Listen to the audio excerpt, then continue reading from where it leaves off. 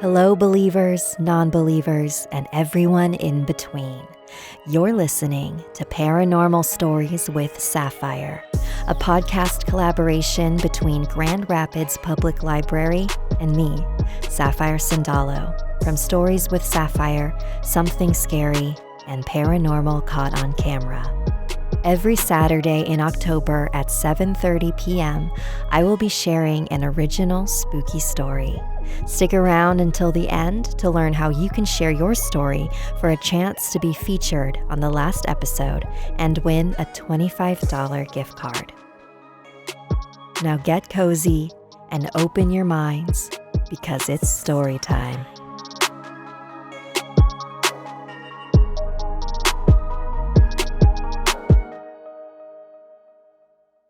The Heartless Man by Adam Sinker and Sapphire Sandalo. Gene had just moved to Cebu City in the Philippines, leaving his boyfriend Kevin alone in their apartment in Manila. The gig is only a couple of months, Gene assured Kevin over video chat. You have to video call me every day after work, okay? Kevin pleaded. You promise? Gene held his pinky up to the camera.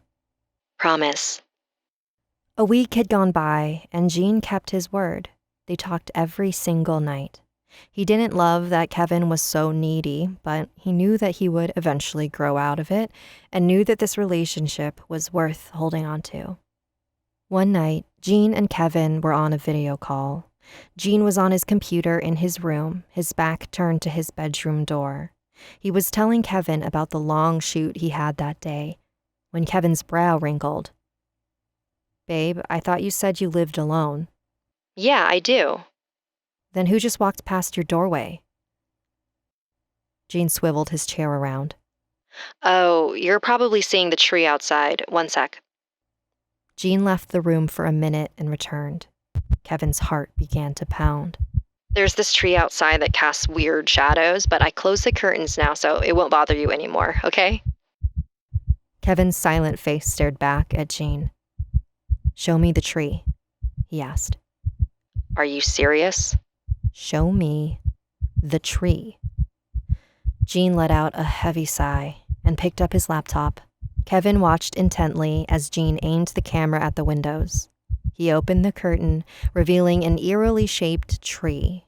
He then pointed the camera toward his doorway, where a humanoid shadow appeared. Kevin hung his head in shame and chuckled. Kev, if this is going to work, we need to trust each other, Gene said. I know, sorry. I'll be better, I swear. Kevin held his pinky up to the camera. Gene did the same. The next night, Gene and Kevin hopped on a video call as usual. Gene was filling him in on how his shoot went when somebody crossed the doorway behind him. Gene was so focused on telling his story that he didn't even notice the shift in Kevin's expression. Kevin continued to nod and pretend to listen while he secretly began to record their video call, both hoping and not hoping to see the person walk by again. A half hour had gone by, and Kevin's focus had never left the doorway. Are you okay? You've been kind of quiet, Gene asked. Yeah, sorry, I'm just kinda tired, that's all. Okay, well, I miss you. I'll talk to you tomorrow. Just as Gene ended the call, Kevin caught something moving in the doorway. He quickly replayed the recording. In the last few moments before Gene ended the call, there was a single frame of what was clearly a man standing in the doorway. Kevin's heart sank. The next day, Kevin's anxiety was at an all-time high. Gene had been lying to him, and now he had proof. But how was he going to call him out on it? Kevin was giving himself a stomach ache thinking about it. He decided that when they got on their nightly call, he would just be direct. 7 p.m. came, and Kevin answered Gene's call. Hi, Kev. How was your day? But Kevin didn't say a word.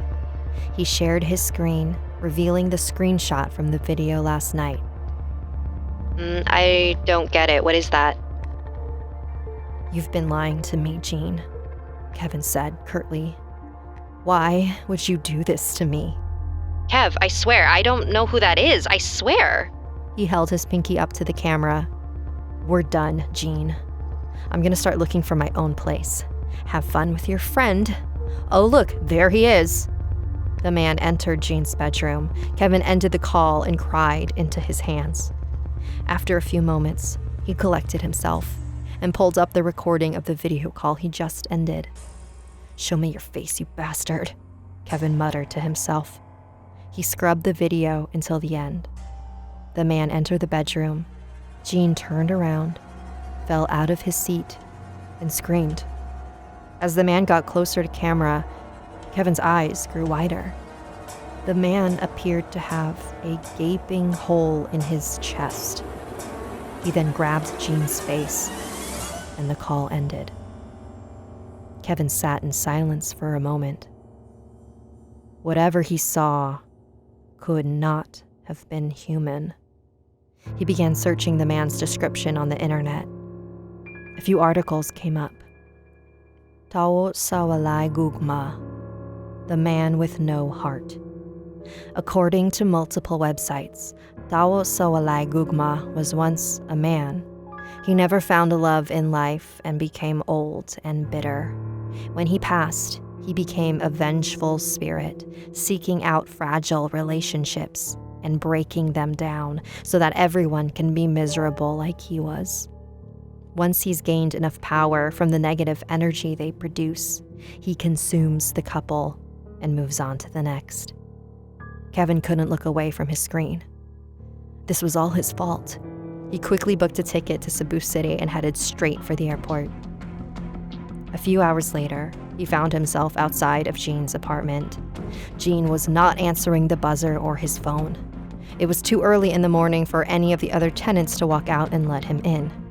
Kevin looked around the building, trying to come up with a plan, and that's when he noticed the familiar, creepy tree. There was only one set of windows immediately next to it. Kevin raced over to the window and managed to push it open. He climbed inside the apartment. It was quiet. "Babe?" Kevin called out quietly. No response. Across the apartment was a room with light emanating from the open doorway. Kevin carefully made his way toward it. As he got closer, he heard a very odd sound. He crept up to the doorway and slowly looked inside the room. At the desk was Jean's limp, lifeless body. He was in the arms of a skinless, hellish creature who was devouring Jean's chest. Kevin let out a horrified gasp. The creature lifted its head, with bits of Jean's heart still dangling from its mouth, and lunged at the doorway.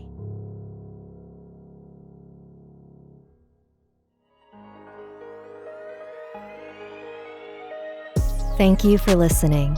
To share your paranormal experience or scary story, visit grpl.org/paranormal-stories. Your story might be featured in the final episode, and you'll receive a $25 gift card. Visit the website for more details. Thank you to the Grand Rapids Public Library and librarians. Visit grpl.org to learn more about how this 21st century library inspires opportunity, connection, and innovation. If you enjoyed this story, you might also enjoy my podcast, Stories with Sapphire, available wherever you listen to your favorite shows. You can also follow me on Instagram and Twitter @AwkwardSapphire. Salamat and good night.